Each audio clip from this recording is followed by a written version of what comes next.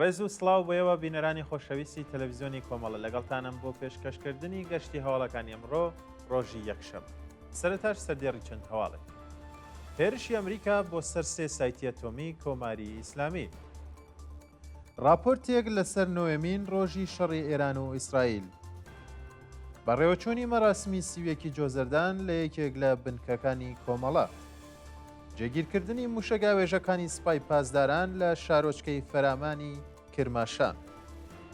کۆبوونەوەی ئێرانیانی دەرەوەی وڵات دژ بە شەڕی ئێران و ئیسرائیل. و بەیانی کۆنفرانسی ئەنتەرناسیۆنالیستی ناپل دژ بە هێرشەکانی ئەمریکا و ئیسرائیل.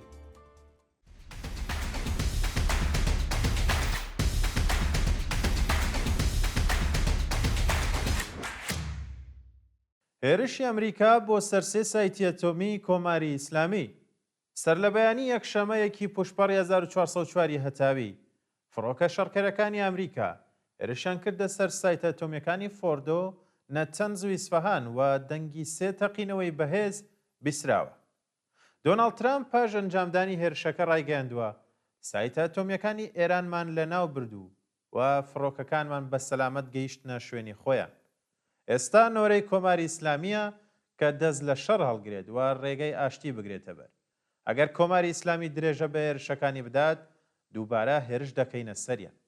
لە وەڵامدا ئوستاندارانی قوم و ئیسفەهان ڕایانگەیاندووە کە بە چەند بۆم سایتە ئەتۆمیەکانی قوم و ئیسفەهان کراوەتە ئامانج، بەڵام ئەو سایتانە پێشتر چۆڵ کرابوون و هیچ زیانێکمان پێ نەگەیشتووە. لە لایەکی دیکەشەوە سوپای پاسداران هەڕەشەی کردووە کە ئێستا شەڕ دەستی پێکردووە و چیتر هیچ بەرپرس و شارۆمەندێکی ئەمریکای و ئیسرائیلی لە هیچ شوێنێکی جیهان ئەمنیەتیان نابێت. راپۆرتێک لەسەر نۆیەمین ڕۆژی شەڕی ئێران و ئیسرائیل. ڕۆژی هەینی سیوێکی جۆزەردان.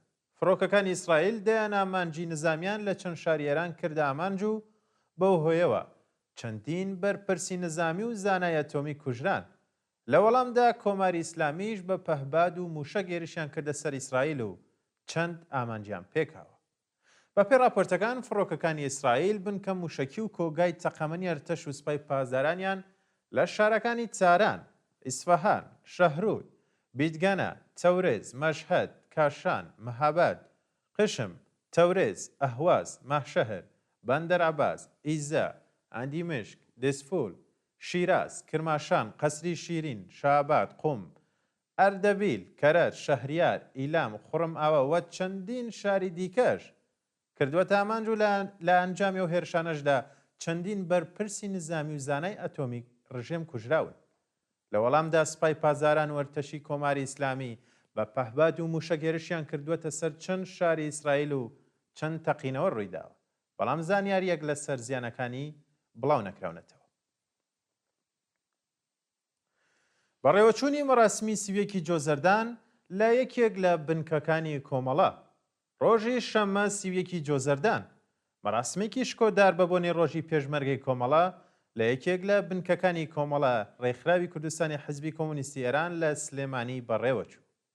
مەراسمەکە سەرەتا بە سرودی ئینتەرناسیۆناڵ، سرودی هاوپشتی جیهانی چینی کرێکار دەستی پێکرد و دوجاریش یەک خولەک بێدەنگی بۆ ڕێزلێنان لە یادی هەموو گیان بەختکردوانی ڕێگای ئازادی و سۆسیالیزم ڕاگیرە. دوجار ئەمیر ئیسماعیلپور بەڕێوەبەری مەراسمەکە کۆپ لە شارێکی پێشکەش بە ئامادەبوان کرد و بە دوایدا هاوڕێ ئومید دەوڵەتی سرودێکی خوێندەوە و لەلایەن ئامادەبوانەوە پێشوازی لێکرا.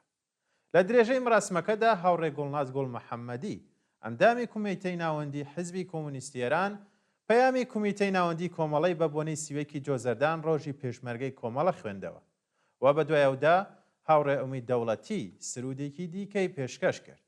لە کۆتاییشدا مەراسمەکە یان لە کۆتایی مەراسمەکەشدا هاوڕێ ئەمیر ئیسماعیلپور شعرێکی دیکەی خوێندەوە و دواتریش کچان و کوڕانی پێشمەرگە شایی و خۆشیان دەربڕی. جێگیرکردنی موشک هاوێژەکانی سوپای پاسداران لە شارۆچکەی فەرامانی کرماشان. بە پێی زانیاریەکان ژمارەیەک موشک هاوێژ لە شارۆچکەی پیشەسازی فەرامان لە کرماشان کە شوێنی نیشتەجێبوونی هەزاران کەس تیای جێگیر کراون. ئەمە لە کاتێکدایە زۆرێک لە خێزانەکان و بەتایبەت خێزانەکەم داهاتەکان لەم ناوچەیەدا دەژین و توانای چۆڵکردنی ماڵەکانیان نییە. بە لە بەرچاوگرتنی هێرشەکانی چەند ڕۆژی ڕابردووی ئیسرائیل بۆ سەر بنکەکانی ڕژێم لە شارەکانی ئێران ئەگەری بامانجگرتنی و موشک هاوێژانە لە ئارادایە. چالاکانی مەدەنی داوایان لە خەڵک کردووە ناوچەی پیشەسازی فەرامان چۆڵ بکەن و خۆیان لە بنکە نظامیەکانی ڕژێم دوور بخەنەوە. سەرکوتکردنی خەڵکی کوردستان بە بیانووی شەڕ لەگەڵ ئیسرائیل. بە وتەی سەرچاوەکانی هەواڵ ڕژێمی جەنایەتکاری کۆماری ئیسلامی کەشوو هەوای ئەمنیەتی بەسەر شارەکانی کوردستاندا سەپاندووە و هێز ئەمنیەکانی حکومەت خەڵکی ئازار دەدەن. بە وتەی هاونیشتمانیان هێزەکانی حکومەت شارەکانی کوردستانیان گەمارۆ داوە لە هەموو شەقام و مەیدانەکاندا بازگای پشکنینیان داناوە. سەرکوتگەرانی ڕژێم هاوکات لەگەڵ پچڕانی ئینتەرنێت ئۆتۆمبیل و موبایلی خەڵک بازرسی دەکەن و هەر کەسێک بەرگری لە خۆی بکات دەست بەسەر و ڕەوانەی زیندانی دەکەن. دەست بەسەرکردنی 13 هاوڵاتی لە چەند شاری کوردستان. لە دوو ڕۆژی ڕابردوودا 13 هاوڵاتی لە شارەکانی مەهاباد، سەقز، بۆکان، دێولان و پیرانشار لەلایەن هێز ئەمنیەکانەوە دەست بەسەر کراون.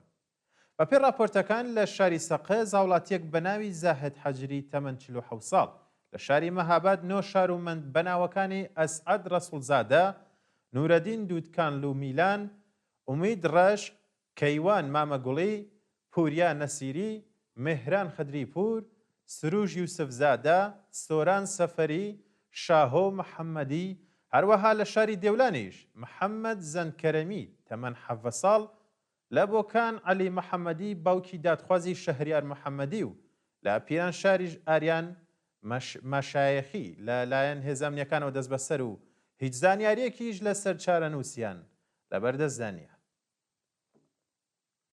بەیانی دایکانی پارکی لالەی تاران دژ بە شەڕی ئێران و ئیسرائیل. دایکانی دادخوازی پارکی لالەی تاران لە بەیاننامەیەکدا وێڕای مەحکومکردنی هێرشەکانی ئەمریکا و ئیسرائیل بۆ سەر ئێران خوازیاری کۆتایی هێنان بە شەڕ و کاولکاری بوون. دایکانی دادخوازی پارکی لالە لە بەیاننامەیەکدا وێڕای ئاماژەدان بە جەنایەتەکانی ئیسرائیل و ئەمریکا لە غەزە و ڕۆژهەڵاتی ناوەڕاست. ڕایان گەیاندووە ئێمە بێزارین لە شەڕ و خوازیاری ئاشتین. ئێمە لە سەرە و باوەڕەداین کە ڕزگاری خەڵکی ئێران و گەیشتنیان بە ئازادی و بەرابەری و دادپەروەری تەنیا لە ڕێگەی بزوتنەوە بە هێزە کۆمەڵایەتیەکانەوە مسۆگەر دەبێت. کوژران و برینداربوونی چەندین هێزی ڕژیم لە بۆردومانەکانی ئیسرائیل بۆ سەر ئێران.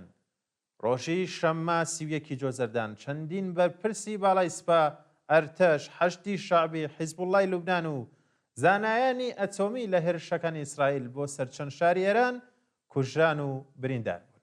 بە پێی زانیاریەکان سەعید ئزەدی فەرماندەی سپای قودس، ئەمین بورجودەکی فەرماندەی پەهبادی سپا، ئیسار تەباتەبایی زانای ئەتۆمی و هاوسەرەکەی بەناوی مەنسوورە حاجی سالم، حەیدەر موسەوی فەرماندەی حەشتی شەعبی، ئەبوعەلی خەلیل پاسەوانی سەید حەسەن نەسروڵڵا، 4 هێزی سپا لە تەورێز، 5 ئەرتەشی لە قەسری شیرین و 2 چەکداری سپا لە شارستانی نەمین لە ئەردەبیل، بێهنام شەهریاری فەرماندەی سپای پاسداران، سەرهەنگ عەلی محەممەدی فەرماندەی تیپی هەفتاوێکی زێرەبانی ئەرتەش و 6 ئەندامی سپا لە نەجەف ئاوای ئیسفەهان لە هێرشەکانی ئیسرائیلدا کوژراون و 9 ئەندامی ئەرتەش و 3 ئەندامی سپا لە قەسری شیرین و نەمین بریندار بوون.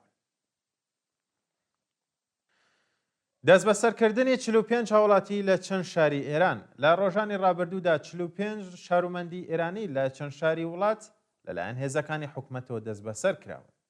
بە پێی راپۆرتەکان 22 کەس لە قوم، 9 کەس لە بوشەهر و 8 کەس لە چەند شاری دیکەی ئێران بە تۆمەتی هاوکاری لەگەڵ ئیسرائیل دەست بەسەر کراون.